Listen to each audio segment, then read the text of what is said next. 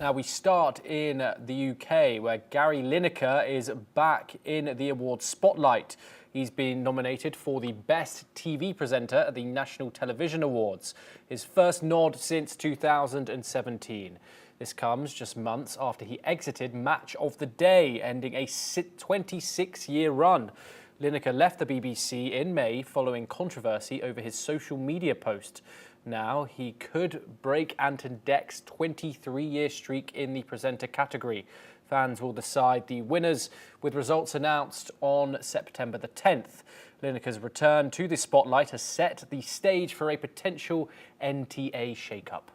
We're now joined by our guest, Andrea Georgie. She's a journalist from London. She joins us to discuss this situation. Andrea, thank you very much for joining us.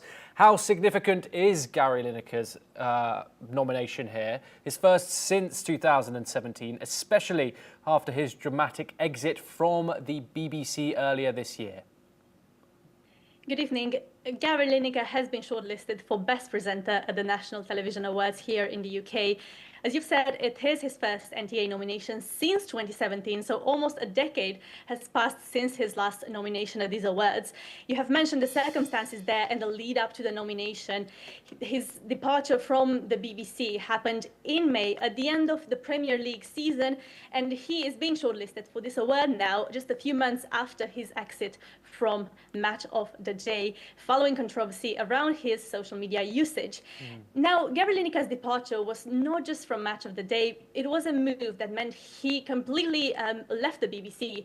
And he had been previously announced as leaving the BBC following coverage of the FA Cup and the 2026 World Cup. However, this didn't happen in the end. He ended up leaving the BBC straight away at the end of the 2024-25 Premier League season. And this wasn't the first time, really, that Lineker and the BBC didn't see eye to eye. The former footballer had been previously suspended temporarily by the BBC. That was back in 2023 when he once again took to social media. At that time, he criticized one of the then government's policies. And in the wake of that incident, the broadcaster issued new social media rules for presenters of its flagship programs. But regardless of the controversies, Lineker was a significant part of Match of the Day, which is really the BBC's flagship football show.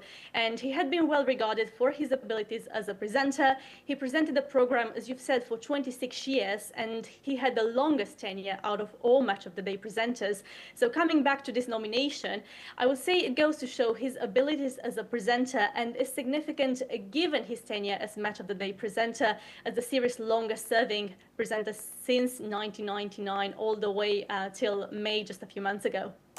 Andrea, does this nomination Does this nomination signal a possible career revival, or, as you said, is there no potential of a Lineker comeback here? Well, despite his departure from the BBC, I have got to mention that Lineker has been very active in his broadcasting career. He is on the Rest is Football podcast here in the UK, extremely popular podcast. And earlier this month, it was announced that Lineker had actually signed up to present a new game show. This is going to be called The Box. It's going to be on ITV and due to air next year in 2026.